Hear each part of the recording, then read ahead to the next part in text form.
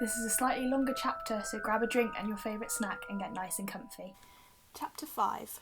Diagon Alley. Harry woke early the next morning. Although he could tell it was daylight, he kept his eyes shut tight. It was a dream, he told himself firmly. I dreamed a giant called Hagrid came to tell me I was going to a school for wizards. When I open my eyes, I'll be at home in my cupboard. There was suddenly a loud tapping noise. And there's Aunt Petunia knocking on the door, Harry thought, his heart sinking. But he still didn't open his eyes. It had been such a good dream. Tap, tap, tap. All right, Harry mumbled. I'm getting up. He sat up and Hagrid's heavy coat fell off him. The hut was full of sunlight. The storm was over. Hagrid himself was asleep on the collapsed sofa, and there was an owl rapping its claw on the window, a newspaper held in its beak. Harry scrambled to his feet, so happy he felt as though a large balloon was swelling inside him. He went straight to the window and jerked it open. The owl swooped in and dropped the newspaper on top of Hagrid, who didn't wake up. The owl then fluttered onto the floor and began to attack Hagrid's coat. Don't do that. Harry tried to wave the owl out of the way, but it snapped its beak fiercely at him and carried on savaging the coat. Hagrid, said Harry loudly, there's an owl. Pay him, Hagrid grunted into the sofa. What? He wants paying for delivering the paper. Look in the pockets. Hagrid's coat seemed to be made of nothing but pockets. Bunches of keys, slug pellets, balls of string, mint humbugs, tea bags. Finally, Harry pulled out a handful of strange-looking coins. Give him 5 nuts, said Hagrid sleepily. Nuts? The little bronze ones. Harry counted out 5 little bronze coins, and the owl held out its leg so he could put the money into a small leather pouch tied onto it. Then it flew out through the open window. Hagrid yawned loudly, sat up and stretched. Best be off, Harry. Lots to do today. Got to get up to London and buy all your stuff for school. Harry was turning over the wizard coins and looking at them. He had just thought of something which made him feel as though the happy balloon inside him had got a puncture. Hagrid? Said Hagrid, who was pulling on his huge boots. I haven't got any money. And you heard Uncle Vernon last night. He won't pay for me to go and learn magic. Don't worry about that, said Hagrid, standing up and scratching his head. Do you think your parents didn't leave you anything? But if their house was destroyed... They didn't keep their gold in the house, boy. Nah, first stop for us is Gringotts, Wizard's Bank. Have a sausage, they're not bad cold, and I wouldn't say no to a bit of your birthday cake neither. Wizards have banks? Just the one, Gringotts, run by goblins. Harry dropped the bit of sausage he was holding. Goblins? Yeah, so you'd be mad to try and rob it, I tell you that. Never mess with goblins, Harry. Gringotts is the safest place in the world for anything you want to keep safe. Except maybe Hogwarts.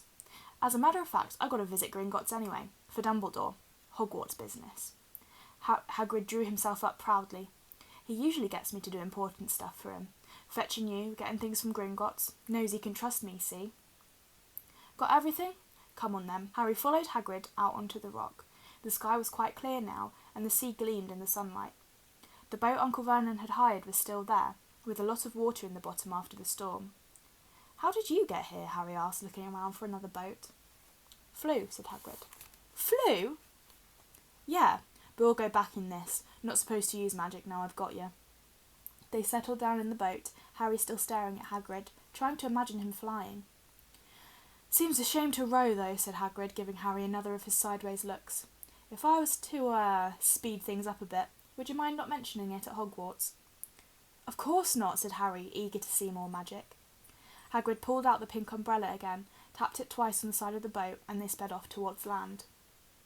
Why would you be mad to try and rob Gringotts? Harry asked. Spells, enchantments, said Hagrid, unfolding his newspaper as he spoke. They say there's dragons guarding the high security vaults, and then you got to find your way. Gringotts is hundreds of miles under London, see? Deep under the underground. You'd die of hunger trying to get out, even if you did manage to get your hands on something. Harry sat and thought about this while Hagrid read his newspaper, The Daily Prophet. Harry had learnt from Uncle Vernon that people liked to be left alone while they did this, but it was very difficult. He'd never had so many questions in his life. Ministry of Magic messing things up as usual, Hagrid muttered, turning the page. There's a Ministry of Magic? Harry asked, before he could stop himself. Course, said Hagrid. They wanted Dumbledore for minister, of course, but he'd never leave Hogwarts, so old Cornelius Fudge got the job. Bungler, if there ever was one. So he pelts Dumbledore with owls every morning, asking for advice. But what does a Ministry of Magic do? Well, their main job is to keep it from the muggles that there's still witches and wizards up and down the country. Why? Why? Blimey, Harry, everyone would be wanting magic solutions to their problems. Nah, we're best left alone. At this moment, the boat bumped gently into the harbour wall. Hagrid folded up his newspaper and they clambered up the stone steps onto the street. Passers-by stared a lot at Hagrid as they walked through the little town to the station. Harry couldn't blame them. Not only was Hagrid twice as tall as anyone else, he kept pointing at perfectly ordinary things like parking meters and saying loudly, "See that, Harry? Things these muggles dream up, eh?" "Hagrid," said Harry, panting a bit as he ran to keep up. "Did you say there were dragons at Gringotts?" "Well, so they say," said Hagrid. "Crikey, I'd like a dragon." "You'd like one?" "Wanted one ever since I was a kid." Here we go. They had finally reached the station. There was a train to London in 5 minutes' time. Hagrid, who didn't understand muggle money as he called it, gave the notes to Harry so he could buy their tickets. People stared more than ever on the train. Hagrid took up 2 seats and sat knitting what looked like a canary yellow circus tent. "Still got your letter, Harry?" he asked as he counted the stitches. Harry took the parchment envelope out of his pocket. "Good," said Hagrid. "There's a list there of everything you need." Harry unfolded a second piece of paper he hadn't noticed the night before and read, "Hogwarts School of Witchcraft and Wizardry. Uniform. First-year students will require 3 sets of plain work robes, 1 pointed plain hat for day wear, 1 pair of protective gloves, dragon hide or similar, 1 winter cloak, black, silver fastenings. Please note that all pupils' clothes should carry name tags. Set books. All students should have a copy of each of the following: The Standard Book of Spells, Grade 1, by Miranda Goshawk, A History of Magic by Bagilda Bagshot, Magical Theory by Adalbert Waffling, A Beginner's Guide to Transfiguration by Emeric Switch, 1000 Magical Herbs and Fungi by Philida Spore, Magical Draughts and Potions by Arsenius Jigger, Fantastic Beasts and Where to Find Them by Newt Scamander, The Dark Forces, A Guide to Self-Protection by Quentin Trimble. Other equipment: 1 wand, 1 cauldron, pewter, standard size 2, 1 set glass or crystal phials, 1 telescope, 1 set brass scales. Students may also bring an owl or a cat or a toad. Parents are reminded that first years are not allowed their own broomsticks. If you had to take a pet to Hogwarts, which pet would you take? An owl, a cat or a toad? "Can we buy all this in London?" Harry wondered aloud. "If you know where to go," said Hagrid. Harry had never been to London before. Although Hagrid seemed to know where he was going, he obviously was not used to getting there in an ordinary way. He got stuck in the ticket barrier on the Underground and complained loudly that the seats were too small and the train was too slow. "I don't know how the muggles manage without magic," he said, as they climbed a broken-down escalator which led up to a bustling road lined with shops. Hagrid was so huge that he parted the crowd easily. All Harry had to do was keep close behind him. They passed bookshops and music stores, hamburger bars and cinemas, but nowhere that looked as if it would sell you a magic wand. This was just an ordinary street full of ordinary people. Could there really be piles of wizard gold buried miles beneath them?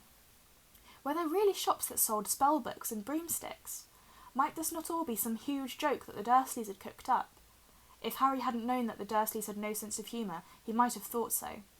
Yet somehow, even though everything Hagrid had told him so far was unbelievable, Harry couldn't help trusting him. "This is it," said Hagrid, coming to a halt. "The Leaky Cauldron. It's a famous place." It was a tiny, grubby-looking pub.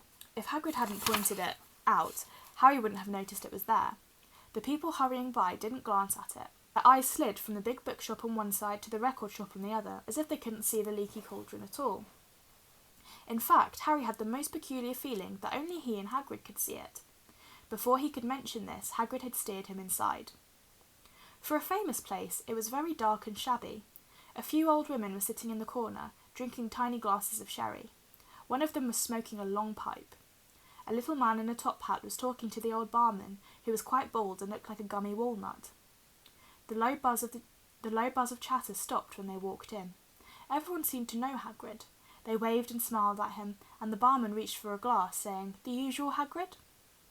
"Can't, Tom, I'm on Hogwarts business," said Hagrid, clapping his great hand on Harry's shoulder and making Harry's knees buckle.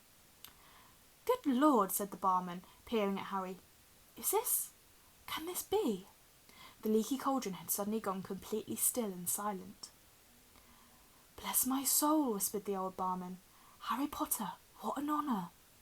He hurried out from behind the bar, rushed towards Harry, and seized his hand with tears in his eyes. Welcome back, Mr. Potter, welcome back. Harry didn't know what to say. Everyone was looking at him. The old woman with the pipe was puffing on it without realising it had gone out. Hagrid was beaming. Then there was a great scraping of chairs, and the next moment Harry found himself shaking hands with everyone in the leaky cauldron. Doris Crockford, Mr. Potter. Can't believe I'm meeting you at last. So proud, Mr. Potter. I'm just so proud. Always wanted to shake your hand. I'm all of a flutter. Delighted, Mr. Potter. Just can't tell you. Diggle's the name. Daedalus Diggle. I've seen you before, said Harry, as Daedalus Diggle's top hat fell off in excitement. You bowed to me once in a shop. He remembers, cried Daedalus Diggle, looking around at everyone. Did you hear that? He remembers me. Harry shook hands again and again. Doris Crockford kept coming back for more. A pale young man made his way forward, very nervously. One of his eyes was twitching. Professor Quirrell, said Hagrid. Harry, Professor Quirrell will be one of your teachers at Hogwarts. Potter, stammered Professor Quirrell, grasping Harry's hand. Can't tell you how pleased I am to meet you. What sort of magic do you teach, Professor Quirrell? Harry asked. Defence against the dark arts, muttered Professor Quirrell, as though he'd rather not think about it. Not that you need it, eh, Potter? He laughed nervously. You'll be getting all your equipment, I suppose. I've got to pick up a new book on vampires myself. He looked terrified at the very thought. But the others wouldn't let Professor Quirrell keep Harry to himself. It took almost 10 minutes to get away from them all. At last, Hagrid managed to make himself heard over the babble. Must get on, lots to buy. Come on, Harry. Doris Crockford shook Harry's hand one last time, and Hagrid led them through the bar and out into a small walled courtyard, where there was nothing but a dustbin and a few weeds. Hagrid grinned at Harry. Told you, didn't I? Told you was famous. Even Professor Quirrell was trembling to meet you. Mind you, he's usually trembling. Is he always that nervous? Oh yeah, poor bloke. Brilliant mind. Who was foreign while he was studying out of books, but then he took a year off to get some first-hand experience. They say he met vampires in the Black Forest and there was a nasty bit of trouble with a hag. Never been the same since. Scared of the students, scared of his own subject. Now, where's my umbrella? Vampires? Hags? Harry's head was swimming. Hagrid, meanwhile, was counting bricks in the wall above the dustbin. 3 up, 2 across, he muttered. Right, stand back, Harry. He tapped the wall 3 times with the point of his umbrella. The brick he had touched quivered. It wriggled. In the middle, a small hole appeared. It grew wider and wider.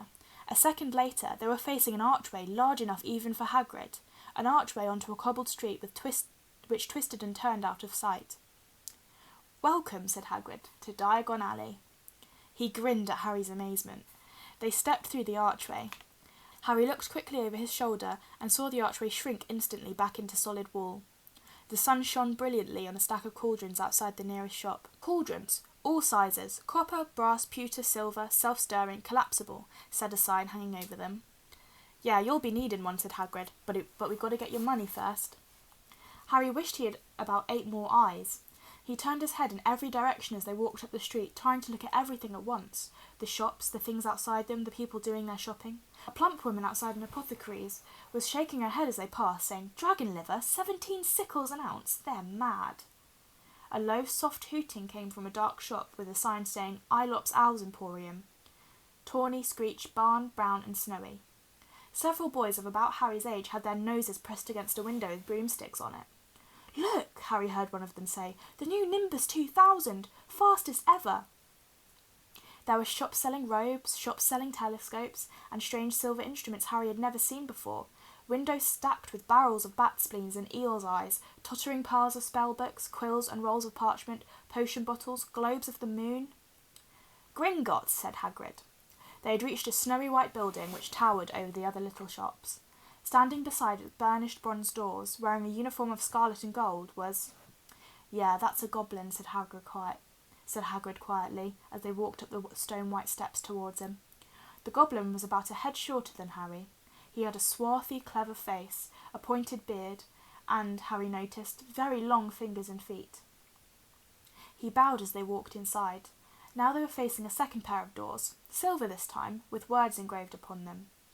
Enter, stranger, but take heed of what awaits the sin of greed, for those who take but do not earn must pay most dearly in their turn. So if you seek beneath our floors a treasure that was never yours, thief, you have been warned, beware of finding more than treasure there. Like I said, you'd be mad to try and rob it, said Hagrid. A pair of goblins bowed them through the silver doors, and they were in a vast marble hall. About 100 more goblins were sitting on high stools behind a counter, scribbling in large ledgers, weighting coins on brass scales, examining precious stones through eyeglasses. There were too many doors to count leading off the hall, and yet more goblins were showing people in and out of these. Hagrid and Harry made for the counter. Morning, said Hagrid to a free goblin. We've come to take some money out of Mr. Harry Potter's safe. You have his key, sir? Got it here somewhere, said Hagrid, and he started emptying his pockets onto the counter, gathering a handful of mouldy dog biscuits over the goblin's book of numbers. The goblin wrinkled his nose. Harry watched the goblin on their right, weighing a pile of rubies as big as glowing coals. Got it, said Hagrid, holding up a tiny golden key. The goblin looked at it closely. That seems to be in order. And I've also got a letter here from Professor Dumbledore, said Hagrid importantly, throwing out his chest. It's about the you-know-what in Vault 713. The goblin read the letter carefully. Very well, he said, handing it back to Hagrid. I will have someone take you down to both vaults.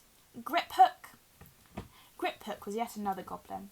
Once Hagrid had crammed all the dog biscuits back inside his pockets, he and Harry followed Griphook towards one of the doors leading off the hall. What's the you-know-what in Vault 713? Harry asked. Can't tell you that, said Hagrid mysteriously. Very secret. Hogwarts business. Dumbledore's trusted me. More than my job's worth to tell you that. Griphook held the door open for them. Harry, who had expected more marble, was surprised. They were in a narrow stone passageway lit with flaming torches. It sloped steeply downwards, and there were little railway tracks on the floor. Griphook whistled, and a small cart came hurtling up the tracks towards them. They climbed in, Hagrid with some difficulty, and were off. At first they just hurtled through a maze of twisting passages. Harry tried to remember left, right, left, middle fork, right, left, but it was impossible. The rattling cart seemed to know its own way because Griphook wasn't steering. Harry's eyes stung as the cold air rushed past them, but he kept them wide open. Once he thought he saw a burst of fire at the end of a passage and twisted around to see if it was a dragon, but too late. They plunged even deeper, passing an underground lake where huge stalactites and stalagmites grew from the ceiling and floor. I never know, Harry called to Hagrid over the noise of a cart. What's the difference between a stalagmite and a stalactite? Stalagmite's got an M in it, said Hagrid. And don't ask me questions just now, I think I'm going to be sick. He did look very green, and when the cart stopped at last beside a small door in the passage wall, Hagrid got out and had to lean against the wall to stop his knees trembling. Griphook unlocked the door. A lot of green smoke came billowing out, and as it cleared, Harry gasped. Inside were mounds of gold coins, columns of silver, heaps of little bronze nuts. All yours, smiled Hagrid. All Harry's. It was incredible. The Dursleys couldn't have known about this, or they'd have had it from him faster than blinking. How often had they complained how much Harry cost them to keep? And all the time there had been a small fortune belonging to him, buried deep under London. Hagrid helped Harry pile some of it into a bag. The gold ones are galleons, he explained. 17 silver sickles to a galleon, and 29 nuts to a sickle. It's easy enough. Right, that should be enough for a couple of terms. We'll keep the rest safe for you. He turned to Griphook. Vault 713 now, please. And can we go more slowly? One speed only, said Griphook. They were going even deeper now and gathering speed. The air became colder and colder as they hurtled round tight corners. They went rattling over an underground ravine, and Harry leant over the side to try and see what was down at the dark bottom. But Hagrid groaned and pulled him back by the scruff of his neck. Vault 713 had no keyhole. Stand back, said Griphook importantly. He stroked the door gently with one of his long fingers, and it simply melted away. If anyone but a Gringotts goblin tried that, they'd be sucked through the door and trapped in there, said Hagrid. How often do you check to see if anyone's inside? Harry asked. About once every 10 years, said Griphook, with a rather nasty grin. Something really extraordinary had to be inside this top security vault, Harry was sure, and he leant forward eagerly, expecting to see fabulous jewels at the very least. But at first he thought it was empty. Then he noticed a grubby little package wrapped up in brown paper lying on the floor. Hagrid picked it up and tucked it deep inside his coat. Harry longed to know what it was, but knew better than to ask. "Come on, back in this infernal cart, and don't talk to me on the way back. It's best if I keep my mouth shut," said Hagrid. One wild cart ride later, they stood blinking in the sunlight outside Gringotts. Harry didn't know where to run first now that he had a bag full of money. He didn't have to know how many galleons there were to a pound to know that he was holding more money than he'd had in his whole life. More money than even Dudley had ever had. "Might as well get your uniform," said Hagrid, nodding towards Madame Malkin's robes for all occasions. "Listen, Harry, would you mind if I slipped off for a pick-me-up in the Leaky Cauldron? I hate them Gringotts carts." He did still look a bit sick, so Harry entered Madame Malkin's shop alone, feeling nervous. Madame Malkin was a squat, smiling witch dressed all in mauve. "Hogwarts, dear," she said, when Harry started to speak. "Got the lot here. Another young man being fitted up just now, in fact." In the back of the shop, a boy with a pale, pointed face was standing on a footstool while a second witch pinned up his long black robes. Madame Malkin stood Harry on a stool next to him, slipped a long robe over his head, and began to pin it to the right length. "Hello," said the boy. "Hogwarts too?" "Yes," said Harry. "My father's next door buying my books, and mother's up the street looking at wands," said the boy. He had a bored, drawling voice. "Then I'm going to drag them off to look at racing brooms. I don't see why first years can't have their own. I think I'll bully my father into getting one and smuggle it in somehow." Harry was strongly reminded of Dudley. "Have you got your own broom?" the boy went on. "No," said Harry. "Play Quidditch at all?" "No," Harry said again, wondering what on earth Quidditch could be. "I do. Father says it's a crime if I'm not picked to play for my house, and I must say I agree. Know what house you'll be in yet?" "No," said Harry, feeling more stupid by the minute. "Well, no one really knows until they get there, do they? But I know I'll be in Slytherin. All our family have been." "Imagine being in Hufflepuff. I think I'd leave, wouldn't you?" Said Harry, wishing he could say something a bit more interesting. "I say, look at that man," said the boy suddenly, nodding towards the front window. Hagrid was standing there, grinning at Harry and pointing at 2 large ice creams to show he couldn't come in. "That's Hagrid," said Harry, pleased to know something the boy didn't. "He works at Hogwarts." "Oh," said the boy, "I've heard of him. He's a sort of servant, isn't he?" "He's the gamekeeper," said Harry. He was liking the boy less and less every second. "Yes, exactly. I heard he's a sort of savage, lives in a hut in the school grounds, and every now and then he gets drunk, tries to do magic, and ends up setting fire to his bed." "I think he's brilliant," said Harry coldly. "Do you?" said the boy with a slight sneer. "Why is he with you? Where are your parents?" "They're dead," said Harry shortly. He didn't feel much like going into the matter with this boy. "Oh, sorry," said the other, not sounding sorry at all. "But they were our kind, weren't they?" "They were a witch and a wizard, if that's what you mean. I really don't think they should let the other sort in, do you? They're just not the same. They've never been brought up to know our ways. Some of them have never even heard of Hogwarts until they get the letter. Imagine. I think they should keep it in the old wizarding families. What's your surname, anyway?" But before Harry could answer, Madame Malkin said, "That's you done, my dear," and Harry, not sorry for an excuse to stop talking to the boy, hopped down from the footstool. "Well, I'll see you at Hogwarts, I suppose," said the drawling boy. Harry was rather quiet as he ate the ice cream Hagrid had brought him, chocolate and raspberry with chopped nuts. "What's up?" said Hagrid. "Nothing," Harry lied. "They stopped to buy parchment and quills." Harry cheered up a bit when he found a bottle of ink that changed colour as you wrote. When they had left the shop, he said, "Hagrid, what's Quidditch?" "Blimey, Harry, I keep forgetting how little you know. Not knowing about Quidditch." "Don't make me feel worse," said Harry. He told Hagrid about the pale boy in Madame Malkin's. "And he said people from Muggle families shouldn't even be allowed in." "You're not from a Muggle family. If he'd known who you were, he's grown up knowing your name if his parents are wizarding folk. You saw him in the Leaky Cauldron. Anyway, what does he know about it? Some of the best I ever saw were the only ones with magic in them, in a long line of Muggles. Look at your mum. Look at what she had for a sister." "So what is Quidditch?" Harry asked. "It's our sport. Wizard sport. It's like football in the Muggle world. Everyone follows Quidditch, played up in the air on broomsticks, and there's 4 balls. Sort of hard to explain the rules." "And what are Slytherin and Hufflepuff?" "Schoolhouses. There's 4. Everyone says Hufflepuff are a lot of duffers, but—" "I bet I'm in Hufflepuff," said Harry gloomily. "Better Hufflepuff than Slytherin," said Hagrid darkly. There's not a single witch or wizard who went bad who wasn't in Slytherin. You know who was one. You know who was at Hogwarts? Years and years ago, said Hagrid. They bought Harry's schoolbooks in a shop called Flourish and Blots, where the shelves were stacked to the ceiling, with books as large as paving stones bound in leather, books the size of postage stamps covered in silk, books full of peculiar symbols, and a few books with nothing in them at all. Even Dudley, who had never read anything, would have been wild to get his hands on some of these. Hagrid almost had to drag Harry away from curses and counter-curses. I was trying to find out how to curse Dudley. I'm not saying that's not a good idea, but you're not to use magic in the Muggle world except in very special circumstances, said Hagrid. And anyway, you couldn't work any of them curses yet. You'll need a lot more study before you get to that level. Hagrid wouldn't let Harry buy a solid gold cauldron either. It says pewter on your list, but they got a nice set of scales for weighing potion ingredients and a collapsible brass telescope.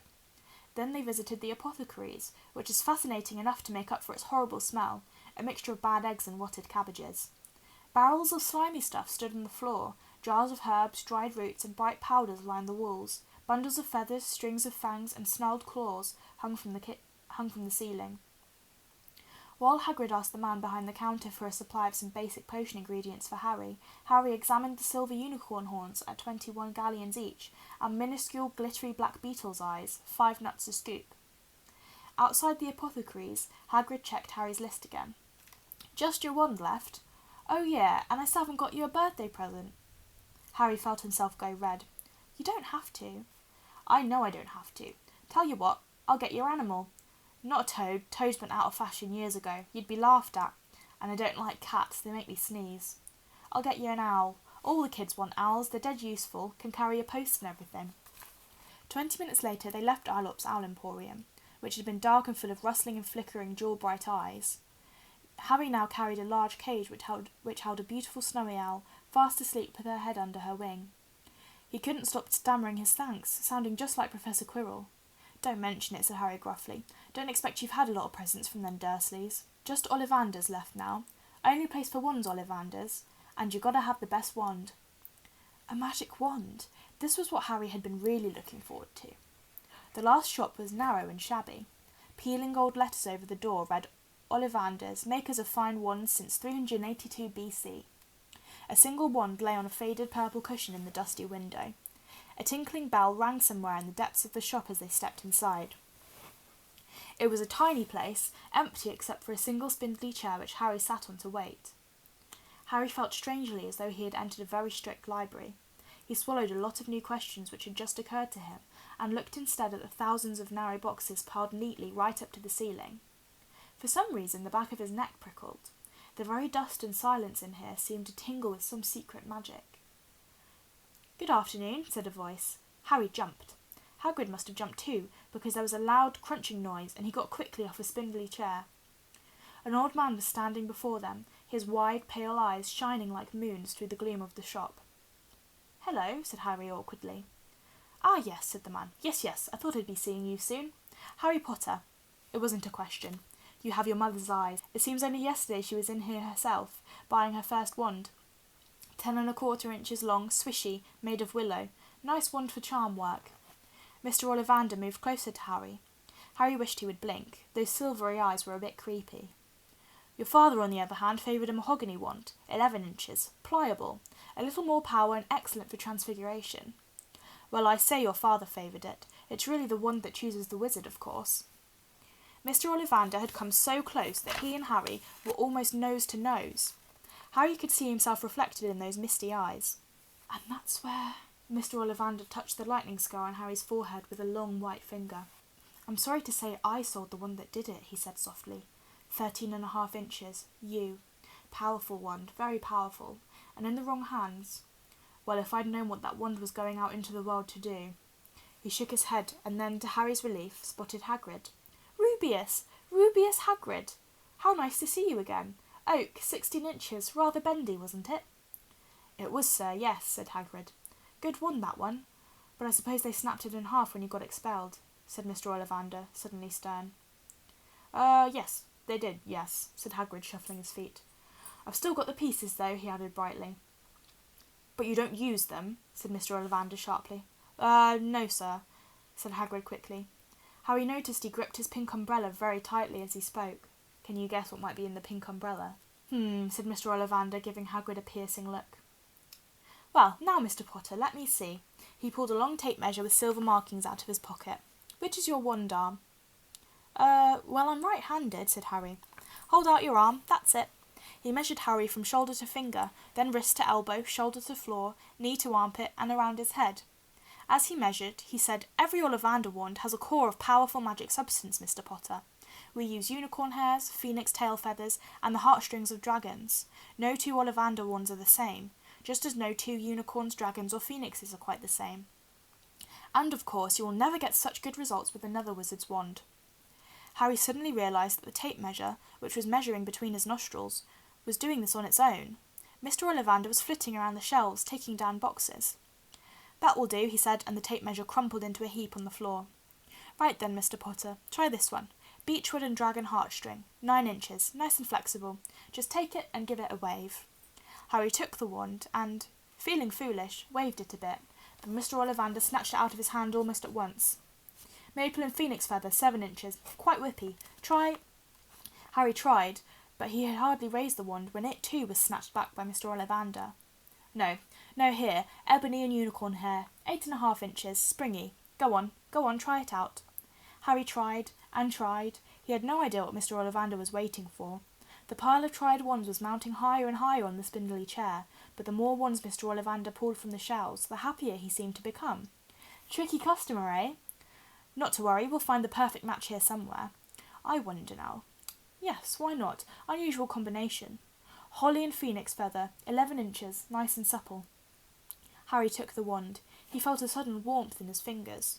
He raised the wand above his head, brought it swishing down through the dusty air, and a stream of red and gold sparks shot from the end like a firework, throwing dancing spots of light on the walls. Hagrid whooped and clapped, and Mr. Ollivander cried, "Oh, bravo! Yes, indeed! Oh, very good! Well, well, well! How curious! How very curious!" He put Harry's wand back into its box and wrapped it in brown paper, still muttering, "Curious, curious." "Sorry," said Harry, "but what's curious?" Mr. Ollivander fixed Harry with his pale stare. "I remember every wand I've ever sold, Mr. Potter. Every single wand. It so happens that the phoenix whose tail feather is in your wand gave another feather. Just one other. It is very curious indeed that you should be destined for this wand when its brother... Why, its brother gave you that scar." Harry swallowed. "Yes, 13.5 inches. You. Curious indeed how these things happen. The wand chooses the wizard, remember. I think we must expect great things from you, Mr. Potter. After all, he who must not be named did great things. Terrible, yes, but great." Harry shivered. He wasn't sure he liked Mr. Ollivander too much. He paid 7 gold galleons for his wand, and Mr. Ollivander bowed them from his shop. The late afternoon sun hung low in the sky as Harry and Hagrid made their way back down Diagon Alley, through the wall, back through the leaky cauldron, now empty. Harry didn't speak much at all now they walked down the road. He didn't even notice how much people were gawping at them on the underground, laden as they were with all their funny-shaped packages, the sleeping Snowy Owl on Harry's lap, up another escalator, out into Paddington Station. Harry only realised where they were when Hagrid tapped him on the shoulder. "Got time for a bite to eat before your train leaves," he said. He brought Harry a hamburger, and they sat down on plastic seats to eat them. Harry kept looking around. Everything looked strange somehow. "You're all right, Harry. You're very quiet," said Hagrid. Harry wasn't sure he could explain. He had just had the best birthday of his life, and yet he chewed his hamburger trying to find the words. "Everyone thinks I'm special," he said at last. "All those people in the leaky cauldron, Professor Quirrell, Mr. Ollivander, but I don't know anything about magic at all. How can they expect great things? I'm famous, and I can't even remember what I'm famous for. I don't know what happened when the night my parents died." Hagrid leant across the table. Behind the wild beard and eyebrows he wore a very kind smile. "Don't you worry, Harry. You'll learn fast enough. Everyone starts at the beginning at Hogwarts. I did. Still do, as a matter of fact." Hagrid helped Harry onto the train that would take him back to the Dursleys, then handed him an envelope. "Your ticket for Hogwarts," he said. "1st of September, King's Cross. It's all on your ticket. Any problems with the Dursleys, send me a letter with your owl. She'll know where to find me. See you soon, Harry." The train pulled out of the station. Harry wanted to watch Hagrid until he was out of sight. He rose in his seat and pressed his nose against the window, but he blinked and Hagrid had gone. So Harry is starting to find out a lot more about his new life as a wizard. He's bought a lot of interesting things from Diagon Alley. If you'd like to see what wand type you'd have, then you can go online with a parent and search for pottermore.com, and there's a quiz that you can fill out that will tell you what kind of wand you have. See you next time for chapter 6.